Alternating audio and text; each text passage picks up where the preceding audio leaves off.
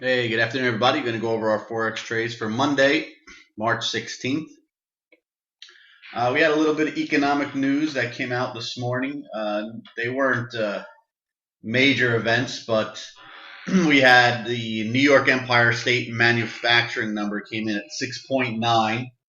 Estimate was supposed to be 8.0, so it missed forecast. I'm sure the talking heads and analysts are going to say it's because of the bad weather up in New York for the month. Could be. I mean, I don't know. So it's a plausible explanation.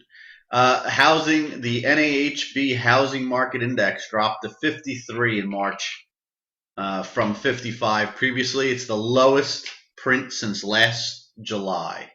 So that's not surprising on our, that housing came in weak. Some I guess probably were surprised by it. The other thing today, oil's getting hammered down another 4% on top of last week's decline of 9%. If you follow the stuff at all, you'll be hearing on TV, on the radio, reading in the paper, on the internet, whatever, that oil's going down because of a lack of because of too much supply. It's good for you and I because we're going to be paying less at the gas station, obviously, when you fill up your tank. But we all know it's not because of excess supply. There's a major theory out there, and that's been proven over and over again, that the Earth is past peak oil, meaning we've gone past the absolute top of where of all the oil that's out there. So the Earth is now in a decline of oil and producing oil. And any modern technology over the last few years, whether it's fracking or whatever, that is increasing some oil supply because of advanced technology, is only going to impact supply so much. Considering how fast China was growing recently, although it is compared to the United States, it's still growing rapidly. It's 7%, but that's down from 10, 11%. But that's what you're going to hear radio, TV, news that because all this supply is built up and because of advanced technology and whatnot. The reality is it's a lack of demand. The global economies around the world are crawling to a halt. United States slowing massively. Europe has already slowed massively. Japan slowed massively. Like I said, we're in the process of slowing massively. And China has come down from 10 to 11% growth rate down to 7, and they're adjusting their forecast down into the 6s. So their economy has slowed in approximately a half in the past year. So let's all pull up our big boy pants and face it. It's because of a lack of demand. There is a bump in supply, but there's a bump in supply from the technology, if you want to look at it that way. But the demand is just not there. The lack of demand because economies are slowing. Less trucking going on, less rail going on, less moving of the packages, less shipping going on.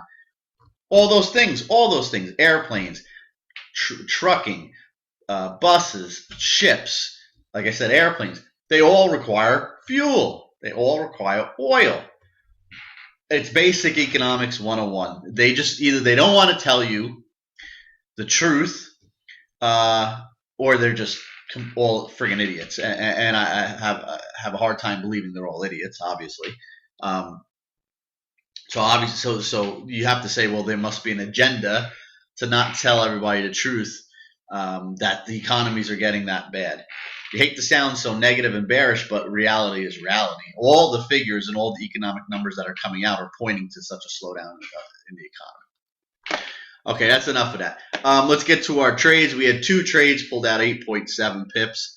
One was late Friday afternoon, we were in it Friday and then we got out late Friday afternoon. And then we had one last night that we got out overnight. So the first one is the euro to Australian dollar. We were short this 1.37768. As it was coming down right into this support area, we covered it, picked up 17.9 pips, 20% of our normal size. Adjusted for size is 3.5. It did come in a little harder, but we didn't want to hold it over the weekend, so we took it. And a US dollar Swiss franc, we put this on last night, 1.00398. Before we shut the computers down for the evening, we put an offer out there, 1.00660, picked up, and we got hit, picked up to 26.2 pips. Size adjusted, again, we had 20% of our normal size. Size adjusted is 5.2 pips.